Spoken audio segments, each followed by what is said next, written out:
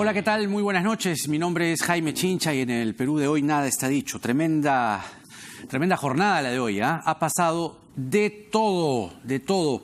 Primero, en el Consejo Metropolitano se ha aprobado iniciar una evaluación que determine la renegociación de los contratos con los peajes o de los peajes, ¿no? Los peajes referidos a Rutas de Lima y los peajes de la línea amarilla. Una sesión de consejo accidentada que además ha estado acompañada con protestas en Puente Piedra y Lurín, donde en buena cuenta se pide que los peajes se suspendan, que los peajes sean retirados. Tampoco es que sea tan fácil, a decir verdad. El alcalde Muñoz hace unos días dijo que él no quiere ningún peaje manchado por la corrupción. Hoy más bien le bajó el tono a su discurso y tras esta accidentada sesión de consejo anunció este comité que va a evaluar qué va a pasar finalmente con los peajes, ¿no? Va a estar con nosotros para hablar del tema el regidor de oposición, regidor de Somos Perú, el señor Jorge Valdés, quien finalmente no votó en esta sesión de consejo y tuvo ahí un par de palabras, un altercado con el alcalde Jorge Muñoz.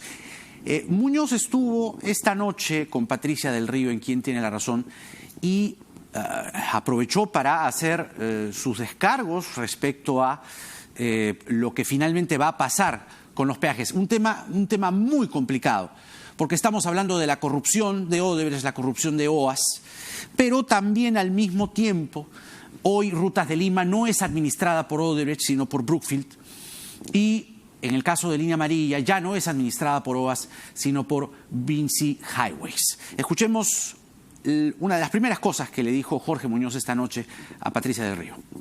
Tenemos nosotros que hacer, si aplicábamos la cláusula 17, que muchas personas la han invocado, que es una resolución por decisión del concedente, eso traía una serie de consecuencias económicas pero muy altas para la municipalidad y obviamente arbitrajes y cosas, porque la gente no se iba a quedar con las manos cruzadas. Ahí el alcalde tiene cierta razón y eso justamente es lo que le queremos preguntar al regidor Valdés, quien se ha opuesto a que esto pueda finalmente prosperar, ¿no? La idea que tienen es que esto se debe resolver. Aunque en la sesión el regidor Valdés finalmente dijo: señor alcalde Muñoz, decida usted.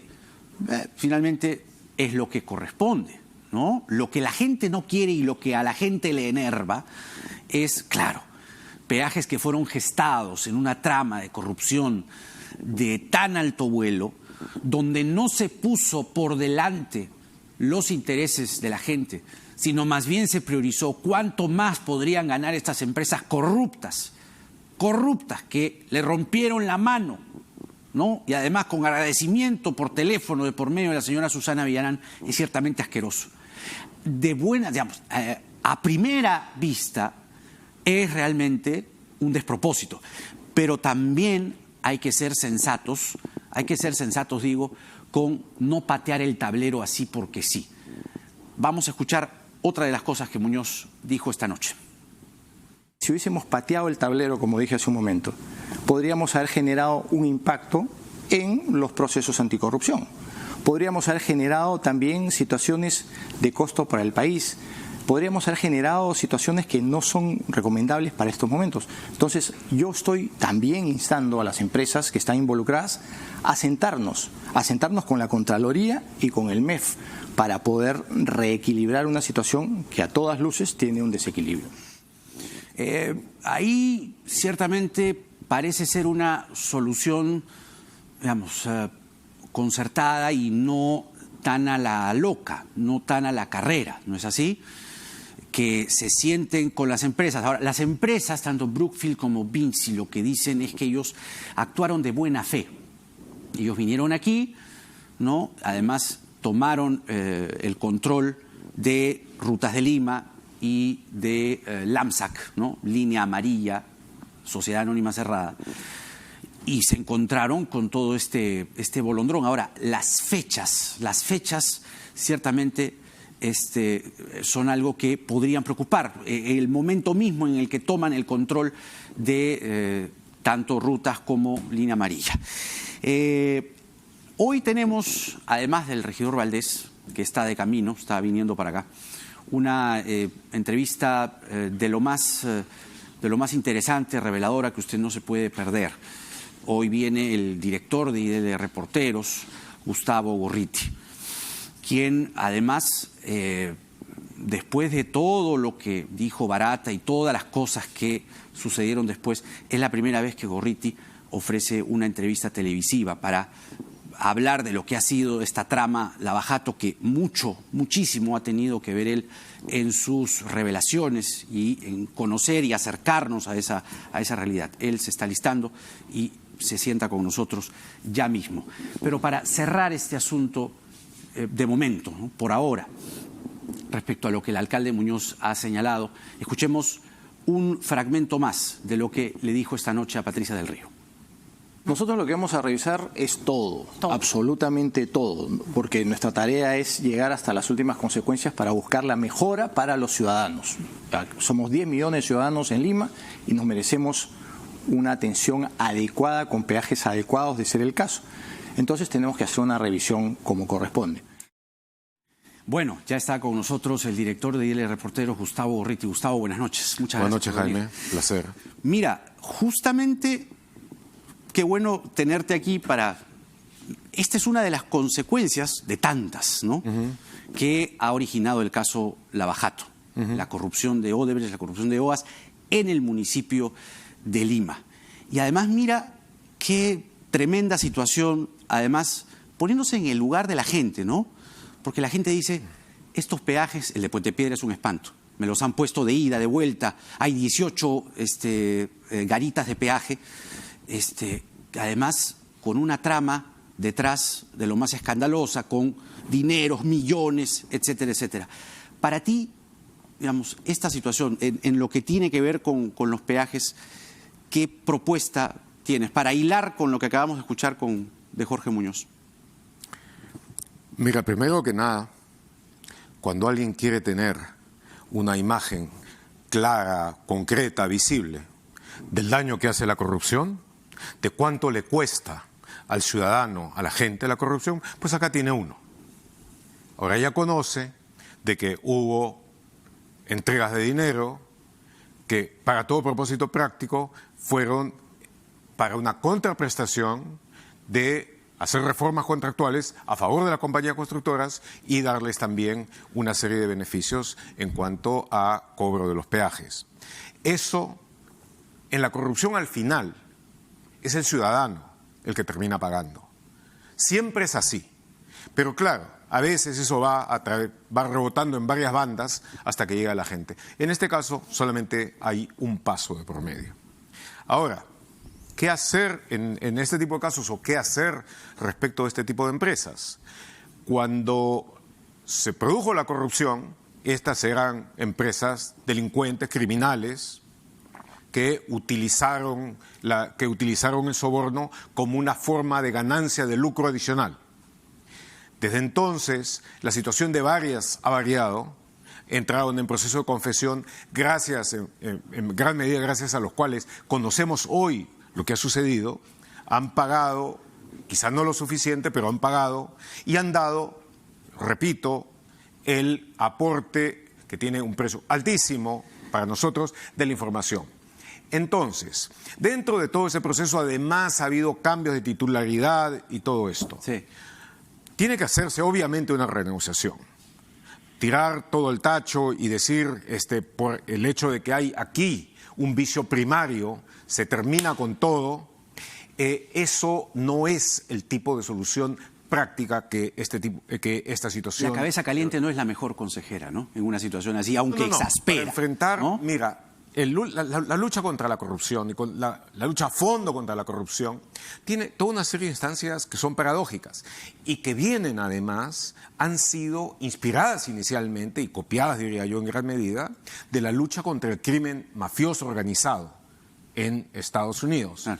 El Foreign Corrupt Practices Act está muy inspirado en alguna forma en el RICO, mediante la cual se pudo quitarle la potencia y la fuerza a las mafias. Entonces, eso significa que en determinado momento, cuando están agarrados, presos, bajo la evidencia y todo esto, pero no se sabe lo suficiente, entonces se busca tener la colaboración, que se conviertan en colaboradores y esa parte es el derecho premial. Así es. Se les da ciertos beneficios para la confesión. Solo, digamos, para cerrar esto de los peajes, que además ha sido la noticia hoy, ¿no? Dices bien, porque quizá esto es lo más ilustrativo en cuanto a el daño que engendra la corrupción en el ciudadano, es decir, la caseta del peaje, lo primero que uno tiene para movilizarse y transportarse. Y mira que al final Castañeda y Susana como que terminan hilándose, ¿no? Hay un hilo conductor corrupto entre los dos, finalmente. Cosa que uno no hubiera imaginado, ¿no? Creo que se odiaban cordialmente y probablemente se sigan odiando, pero hay una homologación metodológica. Ha habido en ambos casos, hay cuestiones muy serias de corrupción y en ambos casos han sido cometidas o perpetradas básicamente con las mismas compañías. Probablemente haya más, pero esto es lo central. Ahora, digamos, la razón por la que hemos querido conversar contigo, Gustavo, esta noche, tiene que ver por los últimos escritos que has publicado en tu portal IDL Reporteros, y creo que viene a tono y es oportuno, después de todo lo que hemos escuchado de Jorge Barata, de Miguel Atala, etcétera, etcétera. Susana Villarán está en prisión preventiva. Todo se ha movido de una manera impresionante. ¿Cuánto se ha avanzado desde que comenzó a gestarse esta investigación, que tú tienes mucho que ver? ¿Cuánto se ha avanzado para ti en el caso de Lava Jato? ¿Y cuánto falta? Porque como lo estamos observando al día de hoy, se viene Leo Piñeiro y esto parece que tiene una temporada más. Bueno, esto, quieres verlo como una serie, está dividido en varias temporadas. Está primero el caso Odebrecht, después el caso Lava Jato, más grande, más amplio, otras compañías. En paralelo, el Club de la Construcción. Una vez que se termine todo eso, se acaba lo que es la corrupción en cuanto a obra pública de construcción civil. Luego, porque la corrupción es cruzada y hay una serie de delatores que han tenido participación o protagonismo en diversos ámbitos de la gestión corrupta, entonces va a poder haber investigaciones si es que los acuerdos de delación son lo suficientemente competentes y bien hechos, va a poder haber delaciones en otros aspectos y en otros ámbitos en los que ha habido también mucha corrupción. Entonces, en cuanto a lo que se ha avanzado, en la primera parte, esa primera temporada, que podemos llamar el caso Odebrecht, el más importante, yo creo que básicamente hemos entrado en el desenlace, estamos en la parte final del caso. Hay muchas cosas formales todavía por hacer, mucho por redondear, pero esto ya pertenece a la culminación. Son los últimos capítulos que quedan y creo yo de que el nudo estratégico, el punto de inflexión ya se ha pasado. Y los resultados están ahí. Nunca se ha avanzado tanto, nunca, en ninguna investigación, se ha avanzado tanto en sacar a la luz la corrupción de alto nivel como en este caso.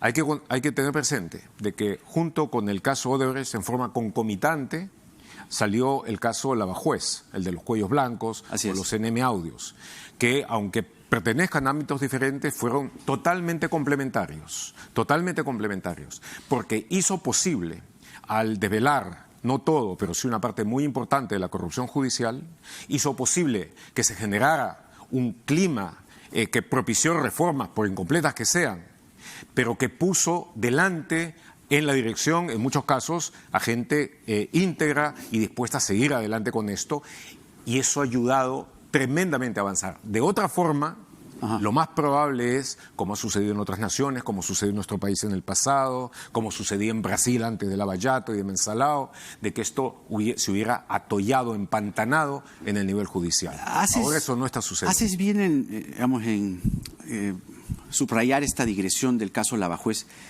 que ciertamente marcó un punto de inflexión marcó además un escenario en el cual pues uno quedó horrorizado con esos diálogos monstruosos en algunos casos, el más emblemático, el de Inostroza, sí, negociando, ¿no? Canjeando la liberación o digamos la misericordia a un violador de menores. Pero ¿cómo lo ves hoy? Inostroza librándola en España, Chávarri ciertamente acusado hoy, ¿no? Por lo menos se le recomienda su acusación. Hay evidentemente un vuelco en el caso, pero siempre yo recurro a la frase de que el diablo está en los detalles, ¿no? ¿Qué va a pasar finalmente con esto de la organización criminal en el caso de Inostroza? ¿Cuánto puede ayudar Inostroza a haber librado la organización criminal a Chávarri y a los hermanitos del CNM? ¿Cuál crees tú que va a ser finalmente la sanción a estos integrantes de la banda de los Cuellos Blancos? Eso, como muchas otras cosas, va a ser determinado por una serie de factores, algunos de los cuales podemos prever y calcular ahora y otros no. Como has dicho, en la dinámica de los acontecimientos se ha continuado avanzando, pero ha habido ya también una contraofensiva, una reacción por parte de los sectores más afectados por la corrupción. Y si tú ves, por ejemplo, la situación que había en términos del ímpetu que tenía la lucha anticorrupción y las reformas concomitantes a ella, digamos, hacia fines del año pasado, con lo que hay ahora, es evidente que se ha perdido mucha fuerza, es evidente que se ha perdido mucho ímpetu, es evidente que una de las partes centrales en todo esto, que era la acción del presidente de la República, ha perdido fuerza y ha entrado en una suerte, en una suerte de parálisis, una suerte de catatonia en cuanto a la acción, que es extraña, es difícil de explicar, porque es una suerte de autosabotaje y que tiene, obviamente, repercusiones, reverberaciones a otros lados. La mayoría del fujimorismo, con sus aliados del APRA, en fin, que estaban seriamente golpeados por el avance de la evidencia antes, pues ahora están reaccionando y dentro de esa balcanización que hay dentro del Congreso, están buscando de volver a conquistar la presidencia con alguien que les sea totalmente fiel.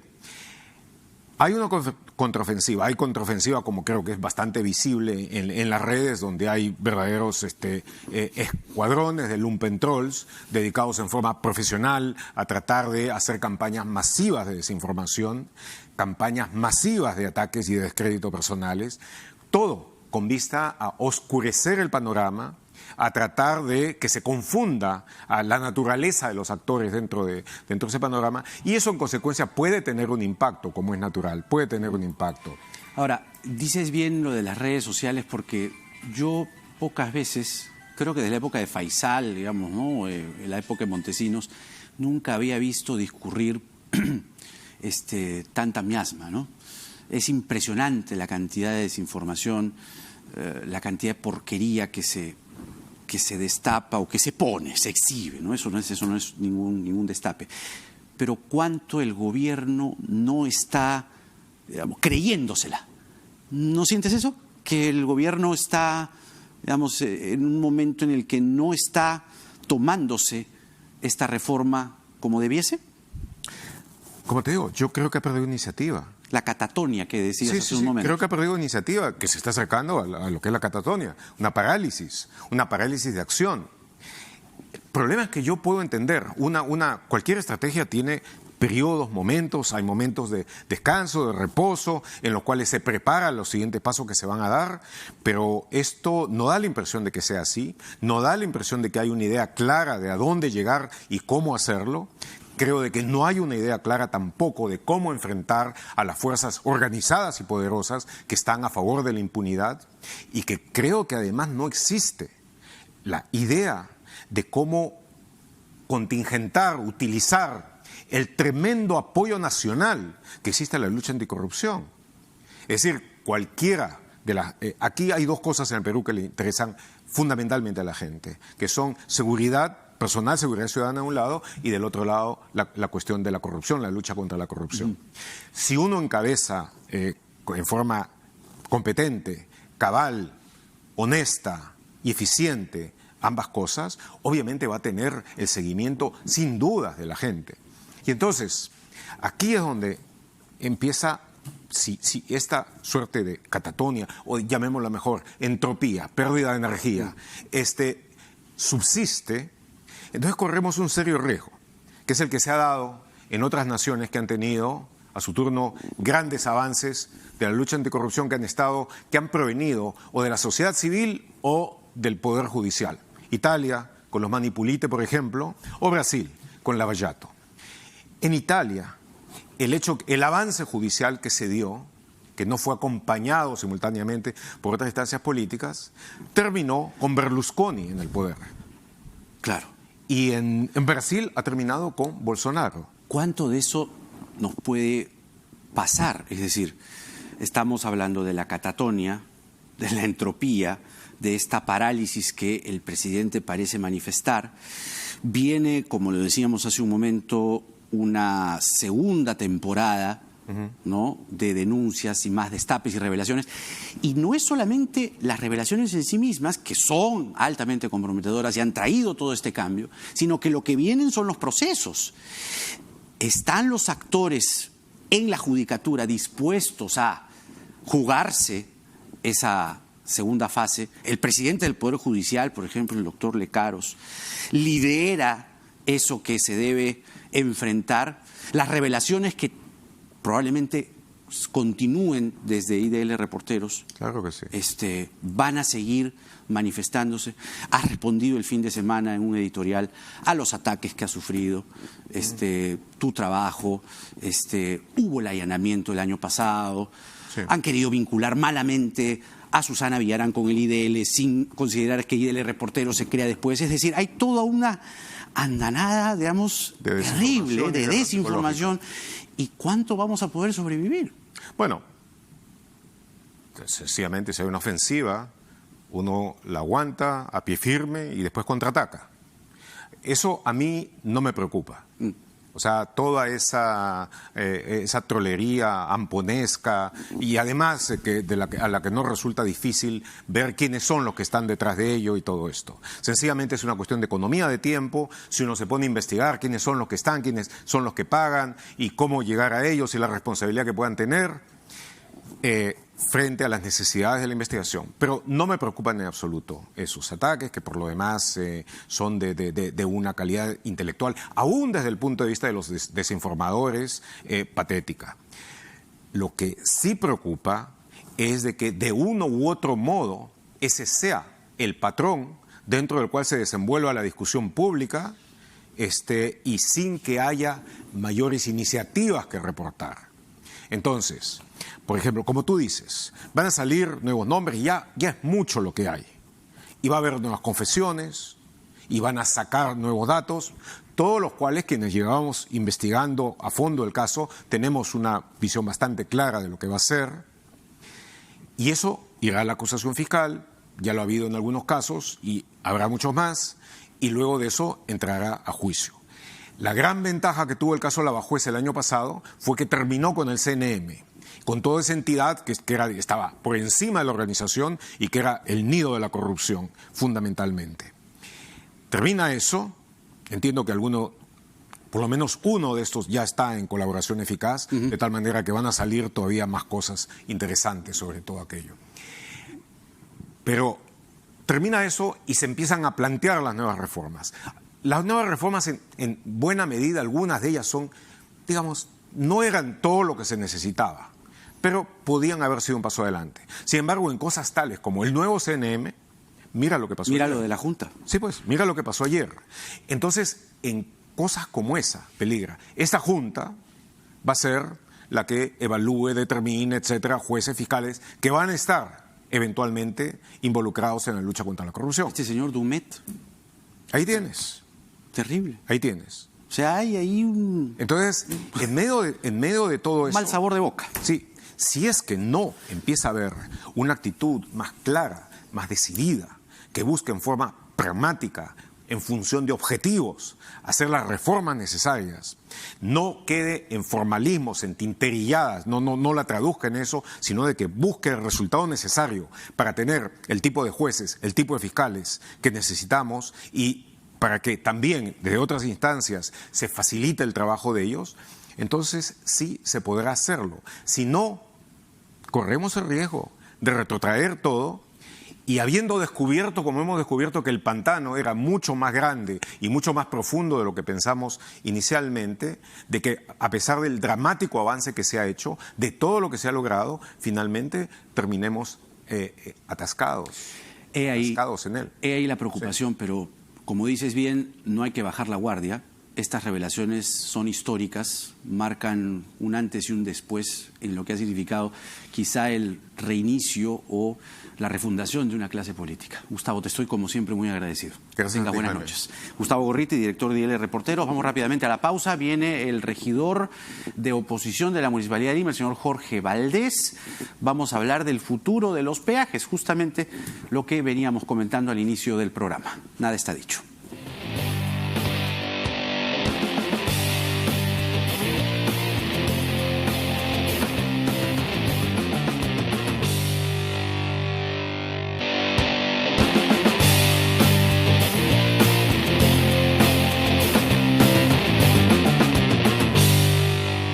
Un gran salto hacia la realidad. Nuevo QLED 8K de Samsung.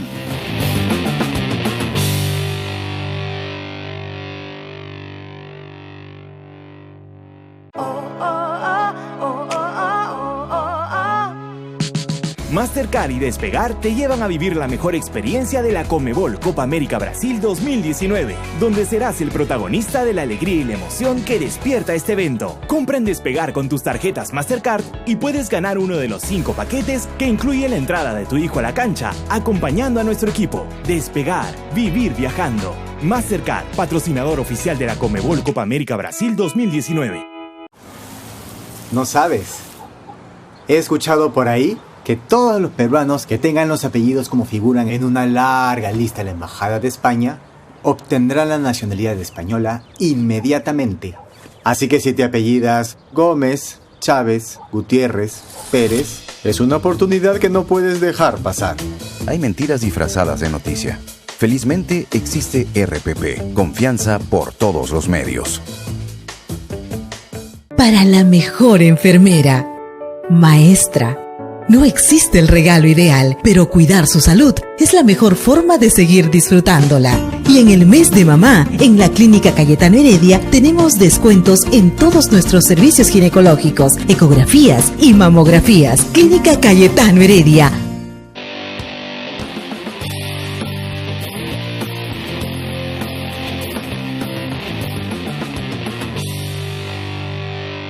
Señor alcalde, asuma su responsabilidad. Reúnase con sus funcionarios, tome la decisión y comuníquela.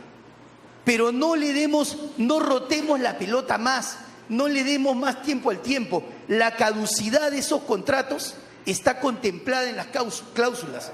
El daño al interés público está demostrado. Hay delaciones, hay confesiones, hay desequilibrio económico. Estamos hablando de un negocio de 90.000 millones. Gracias, señor alcalde. Que Dios lo ilumine. Muy bien, muchas gracias. Estoy seguro que algunos no van a comparecer ante Dios, sino ante el diablo. Qué fuerte. Buenas noches. Buenas noches, Jairo. Buenas noches. Jorge Valdés, ¿usted va a comparecer ante el diablo? ¿A qué se refería el alcalde Muñoz? Yo lo que le dije al Consejo y al alcalde Muñoz es que estos contratos de peaje, que todavía faltan por lo menos 30 años en alguno de ellos para continuar, hace que niños que hoy día están naciendo paguen pues peaje hasta cuando cumplan 30 años. ¿Pero qué quiso decir el alcalde con esto del diablo? Muchos de nosotros vamos a comparecer ya en ese tiempo ante Dios. Pero usted creo que ante el diablo es lo que quiso decir, ¿no? Entonces él contestó de que algunos van a comparecer ante el diablo. No hay problema, yo eso lo he considerado más claro, pero más allá de la humorada, digamos, que humor, ¿no?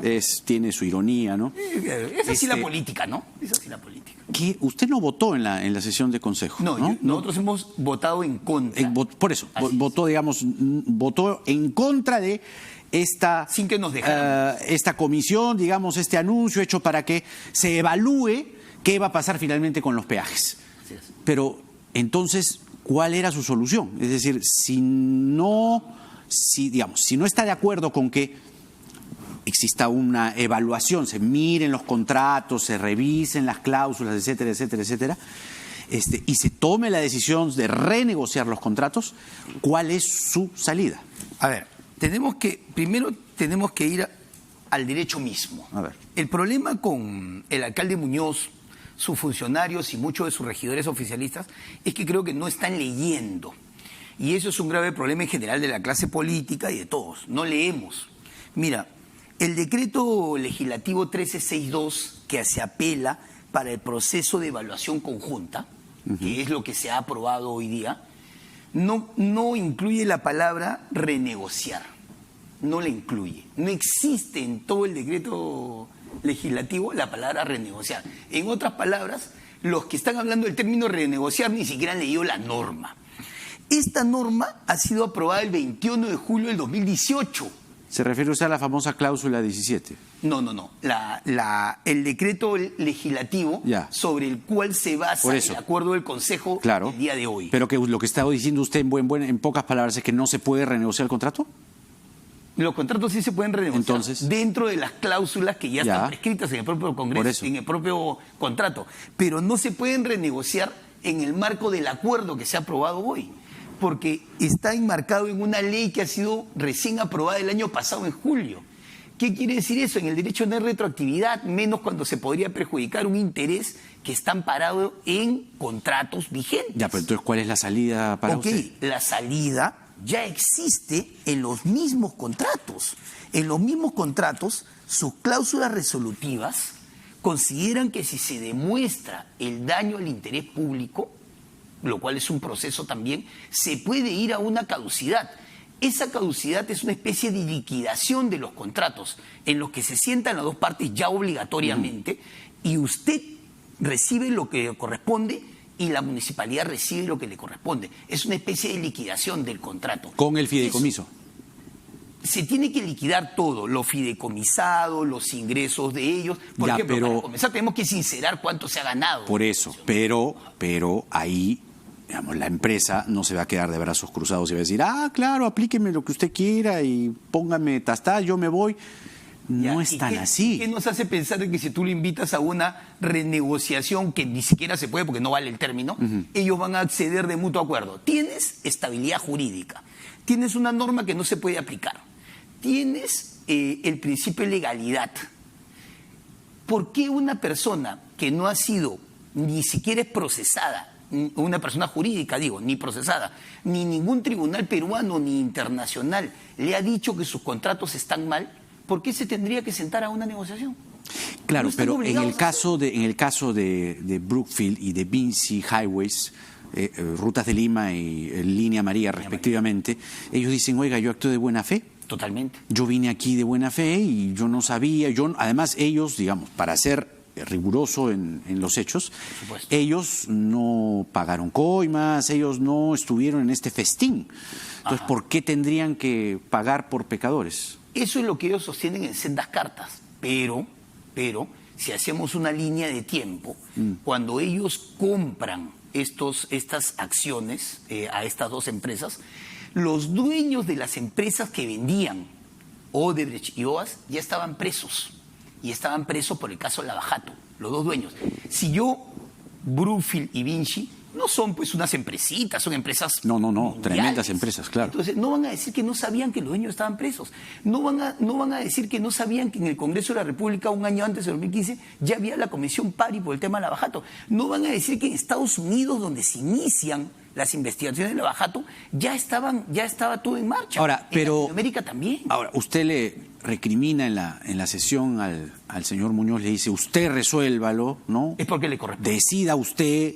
Este consejo no tiene directamente una atribución, ¿no? O una decisión sobre lo administrativo, sino que es el alcalde y sus administrativos y sus gerentes, digamos, sus funcionarios los que tienen que resolver esta situación. ¿La van a resolver? Pues no, al marco de este acuerdo que han aprobado hoy, no van a poder. Y no van a poder por algo muy simple, porque es inaplicable. Y es inaplicable en el tiempo, porque porque el decreto legislativo y su reglamento que se aplican son posteriores incluso a la última adenda.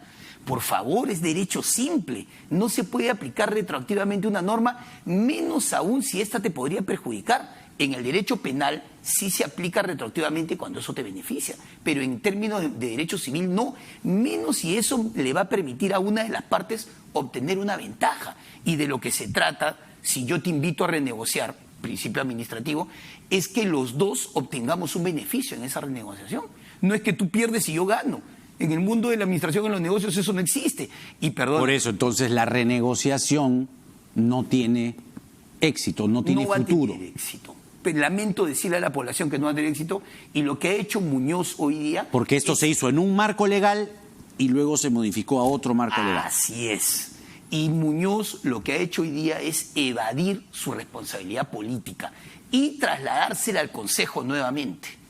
Eso es, por decirlo menos en términos políticos, irresponsable. ¿Por qué? Porque le originó esta crisis con sus famosos tweets, que yo los he llamado versos.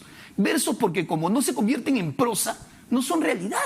Pero él dijo que no quiere ningún peaje manchado por la corrupción, pues. Entonces, ¿por qué no inicia un proceso verdadero que nos conduzca a una resolución? Por ejemplo, ¿por qué no vuelve a la municipalidad tercero en estos procesos que están habiendo penales para poder declarar que así ha sido perjudicada? Eso nos daría inicio a los primeros pasos para declarar que sí ha habido un daño al bien público. Y sí lo hay, Jaime. Sí lo hay, porque tienes desequilibrio económico monstruoso. Estás hablando de un negocio de 90.000 millones de 90.000 millones de soles, con una inversión real de solamente $1.000 millones. ¿Cuánto se debe haber recaudado hasta el momento entre Odebrecht y, Rutas de Lima, que era de Odebrecht y ahora es de Brookfield, aquí está, y Línea Amarilla, que era de OAS y ahora es de Vinci? Han recaudado hasta hoy 2.500 millones de soles. 2.500 millones. 2.500 miles de millones. Claro. 2.500 miles de millones. ¿Y esa plata dónde está ahorita? Habría que preguntarle a las empresas, porque si salimos a la ciudad, la misma cantidad de vía que fue concesionada es la misma que existe. No se ha construido un metro más de vía. O sea, cuando lo concesionamos eran 120 y tantos kilómetros, no se ha hecho un metro más. Tienes obras abandonadas por toda la ciudad, Prialé, Puente del Derby y otras más. Tienes que no se ha hecho una sola vía alterna al peaje, cuando ese es un principio constitucional. Se debería tener. Tienes peajes cada 20 kilómetros cuando la ley dice que son cada 100 kilómetros. Tienes en Lurín al alcalde de Lurín, Martí Corena, lo tienes en pie de guerra, porque prácticamente en Lurín, para comprar el pan hay que pagar peaje, para ir al colegio pagan peaje.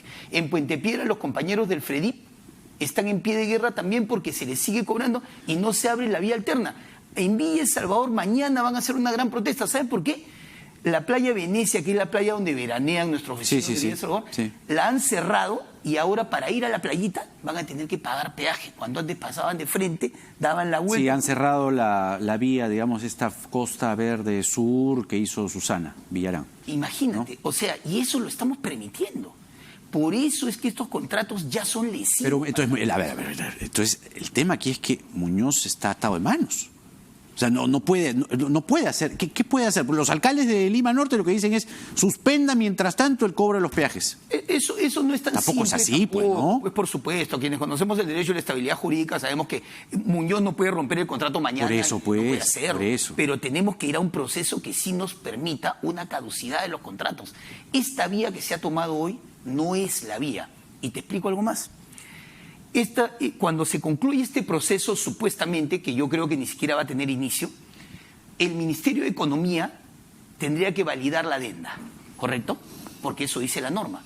Si el Ministerio de Economía se siente en la mesa y valida esa adenda, estaría validando todo lo anterior, que él mismo ha dicho en un oficio en 2017, lo ha dicho en un oficio, que esos contratos... ha dicho que esos contratos no han pasado por el Ministerio de Economía, por lo tanto no tienen valor. Entonces, ¿cómo podría sentarse el Ministerio de Economía a hacer una adenda que podría validar lo anterior si él mismo ya ha dicho? ¿Qué le falta a Jorge Muñoz? ¿Qué le falta a sus funcionarios y a sus regidores oficialistas? ¿Sabe qué le falta? Leer, informarse. No puede ser. Es muy duro lo que usted está diciendo. No puede ser, ¿sabe qué, Jaime? ¿Cómo que no va a leer el alcalde Muñoz? Bueno, pero eso no lo ha leído. No. Jorge Muñoz es un caballero y es una persona sobre el cual... Es el alcalde de Lima, ¿no? Sobre todo, yo estoy seguro que no pesa ninguna duda. Además de eso, es una persona con experiencia, pero él ha asumido un pasivo que él no ha provocado, ni este consejo. Pero la responsabilidad... O sea, ha asumido un pasivo que él no ha provocado, él no ha gestado, él no se ha manchado las manos. Por supuesto. Pero la cosa es que tenga las herramientas para sacarnos de ahí, sacar a la ciudad de acá. Pero bueno, él quería ser alcalde de Lima. La responsabilidad política la tiene. Mira algo más. Este es el oficio del MEF que te menciono. Es un oficio que dice claramente que no han pasado esos contratos ni esas adendas por el MEF. Aquí está, dirigió a la Municipalidad de Lima en el 2017. Entonces, ¿cómo creemos nosotros que el MEF se va a sentar ahora a hacer esto? Mira. Bueno, entonces, para ir cerrando, ya viene Martín Tanaca. Tenemos que ir a la búsqueda de que se pueda demostrar... La cosa es que Muñoz lo puede hacer, pues. Pero él es el responsable político, tiene que iniciarlo. Bueno. Efectivamente. Bueno, señor Valdés, vamos a ver, se ve un poco gris este horizonte de los peajes, ¿eh? Y la gente se sigue indignando. Y hay que, digamos, predicar también que, primero, el interés ciudadano está por delante, y segundo, que no se pueden romper contratos así nomás. ¿Sabe qué tenemos que dejar de hacer? Politiquería con este tema. Eso tenemos que... ¿Quién está haciendo politiquería? Las personas que anuncian cosas que no se pueden hacer al día siguiente. Cuando el alcalde Muñoz anunció no quiero los peajes, la gente comprendió inmediatamente que Muñoz los iba a anular. Esta sesión de hoy día híbrida ha tenido una expectativa tremenda y ya los colectivos de la calle están diciendo que ha sido en vano. Vamos a ver. Gracias, señor Valdés, regidor de la Municipalidad de Lima. Vamos rápidamente a la pausa. Tenemos que hablar de la reforma política. Viene Martín Tanaca. Nada está dicho.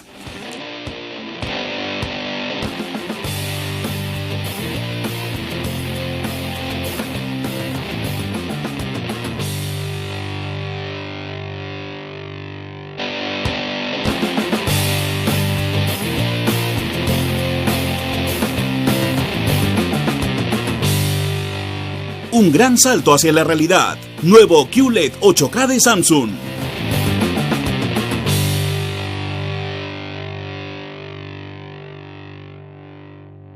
Para la mejor enfermera, maestra. No existe el regalo ideal, pero cuidar su salud es la mejor forma de seguir disfrutándola. Y en el mes de mamá, en la Clínica Cayetano Heredia, tenemos descuentos en todos nuestros servicios ginecológicos, ecografías y mamografías. Clínica Cayetano Heredia. ¿No sabes? He escuchado por ahí que todos los peruanos que tengan los apellidos como figuran en una larga lista de la Embajada de España obtendrán la nacionalidad española inmediatamente. Así que si te apellidas Gómez, Chávez, Gutiérrez, Pérez, es una oportunidad que no puedes dejar pasar. Hay mentiras disfrazadas de noticia. Felizmente existe RPP, confianza por todos los medios.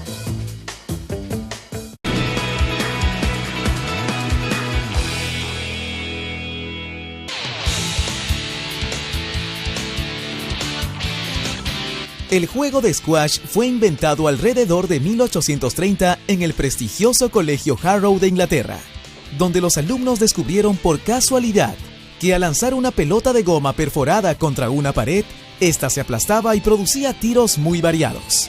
Las primeras 4 canchas de squash fueron construidas en la escuela en 1864, marcando la fundación oficial del deporte. Para Lima 2019, Diego Elías es nuestro abanderado en este deporte. Con solo 22 años, está ubicado en el top 10 del ranking mundial de squash y es el segundo máximo exponente de este deporte en Sudamérica, quedando por detrás solo del colombiano Miguel Ángel Rodríguez, que se ubica en el 6º casillero.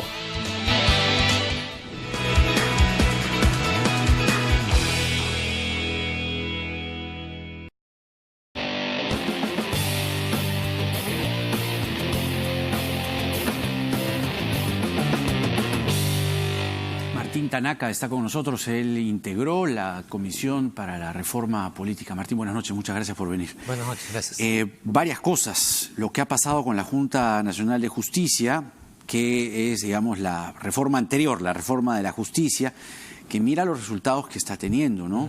En un contexto en el cual, Gorriti ha estado hace un momento aquí, y claro, habla de una catatonia, ¿no? Como que el gobierno está, como que no se la cree, ¿no?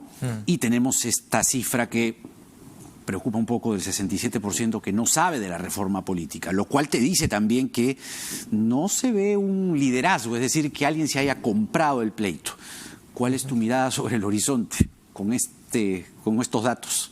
Bueno, obviamente la situación es complicada, pero creo que no hay peor pelea que la que no se libra. Al mismo tiempo, hoy mismo, digamos, en el Congreso, respecto a acusaciones constitucionales con el fiscal Chávarri, se han dado avances interesantes, ¿no? Entonces, digamos, el panorama es complejo, ¿no es cierto? Hay motivos para ser pesimistas, hay pequeñas ventanas de oportunidad y creo pues que hay que hacer la pelea, ¿no? Pero ciertamente hay que hacer la pelea para cada tema y hay que librar una y otra batalla, claro, ¿no?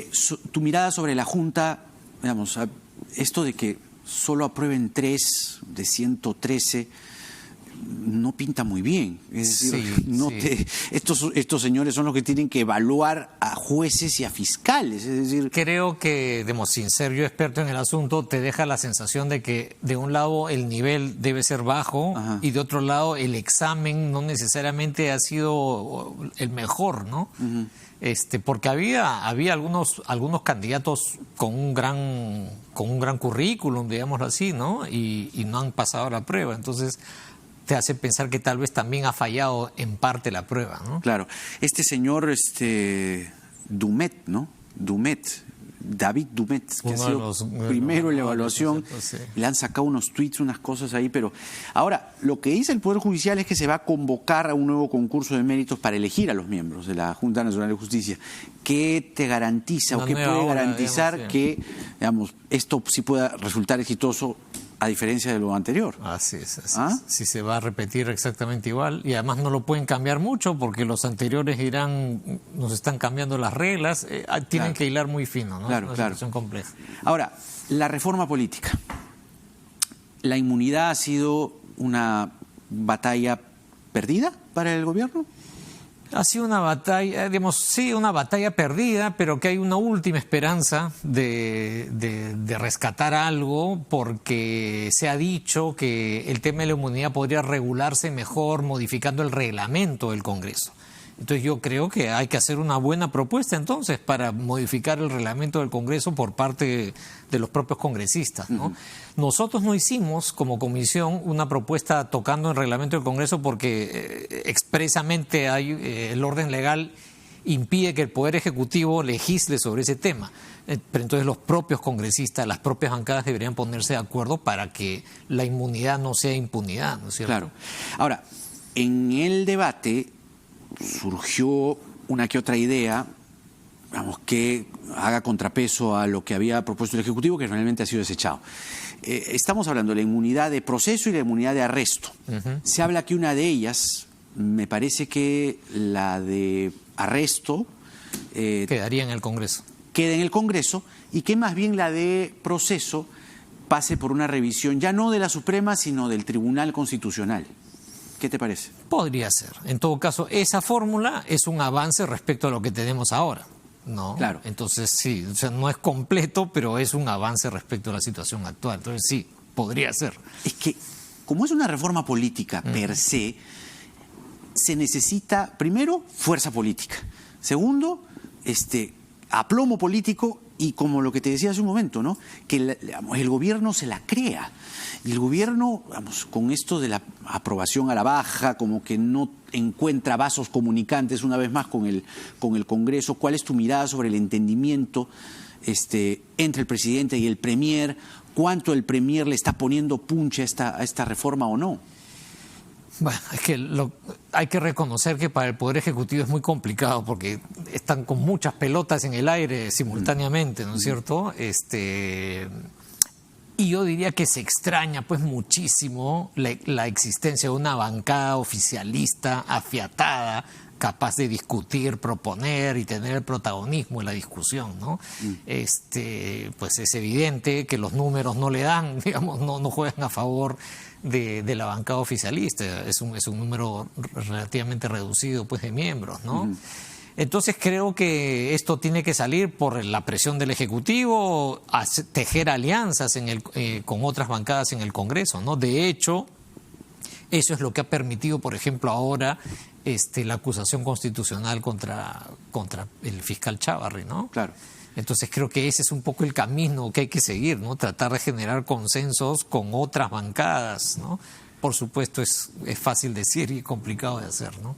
Claro, pero esto que ha pasado hoy con Chávarri, que finalmente la Subcomisión de Acusaciones Constitucionales dé paso a denuncias que tienen que ver lo planteado por la fiscal de la Nación, que se le incluya en el delito de organización criminal, que se recomiende la inhabilitación. ¿Crees que es un paso que acompaña a estas reformas que el Ejecutivo, mal que bien, trata de empujar? ¿O crees que más bien es, digamos, una excepción, un hipo, que no va a ser, digamos, determinante en un nuevo tono que el Congreso pueda Creo que ofrecer? Muestra que hay ciertas oportunidades, ¿no? Ciertos espacios en donde si tienes la habilidad necesaria te puedes colar por ahí, ¿no? Uh-huh.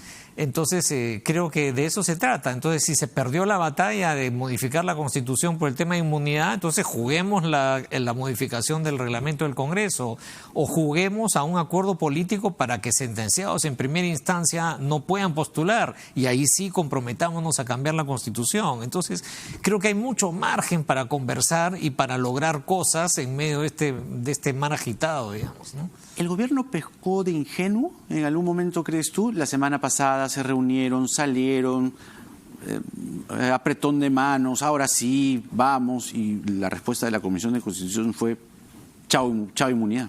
Sí, ahora, es cierto que la inmunidad era un tema muy controversial y de muy poco agrado, de muy poca simpatía para los congresistas, ¿no? Entonces, digamos, fue una mala sincronización de la foto y el acuerdo y al día siguiente archivar el tema, ¿no? Claro.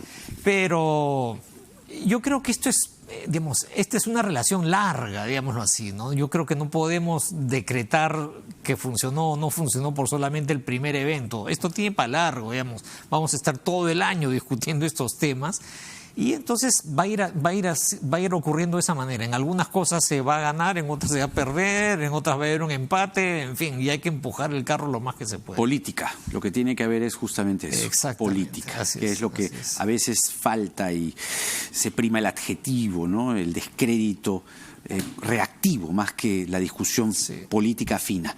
Gracias como siempre, Martín, un placer haberte tenido esta noche. El politólogo Martín Tanaka, en Nada Está Dicho, y quien viene ahora es Hernán Vidaurre.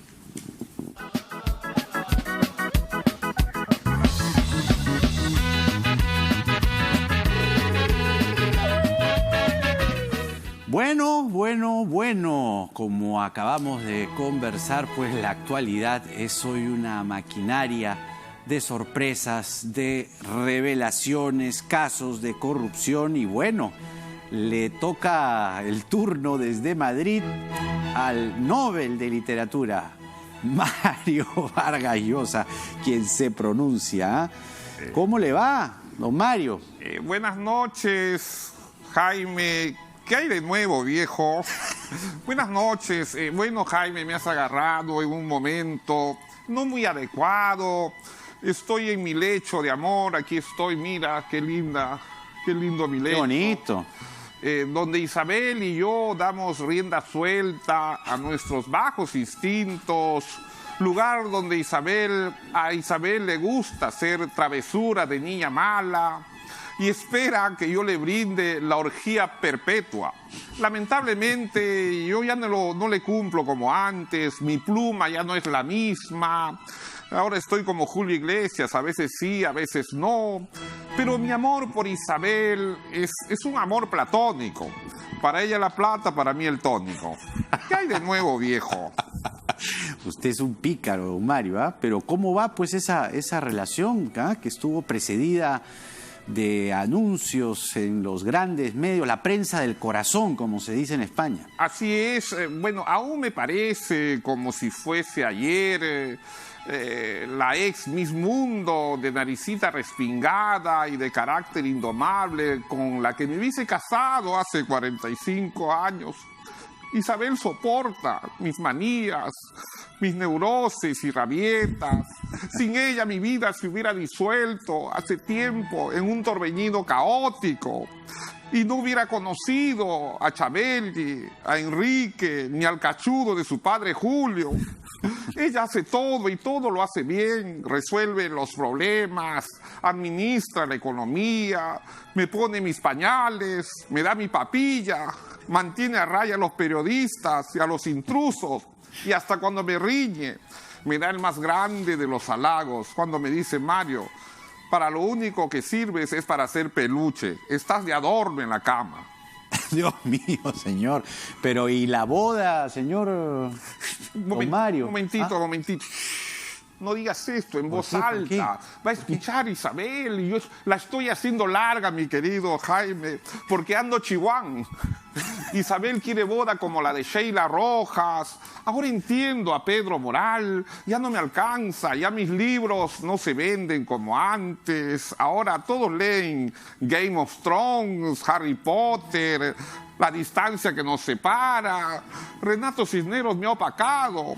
Estoy retornando en julio a Lima a cachulearme en la Feria del Libro y creo que voy a ir disfrazado de Jack Sparrow, porque ahí todo lo que es pirata funciona.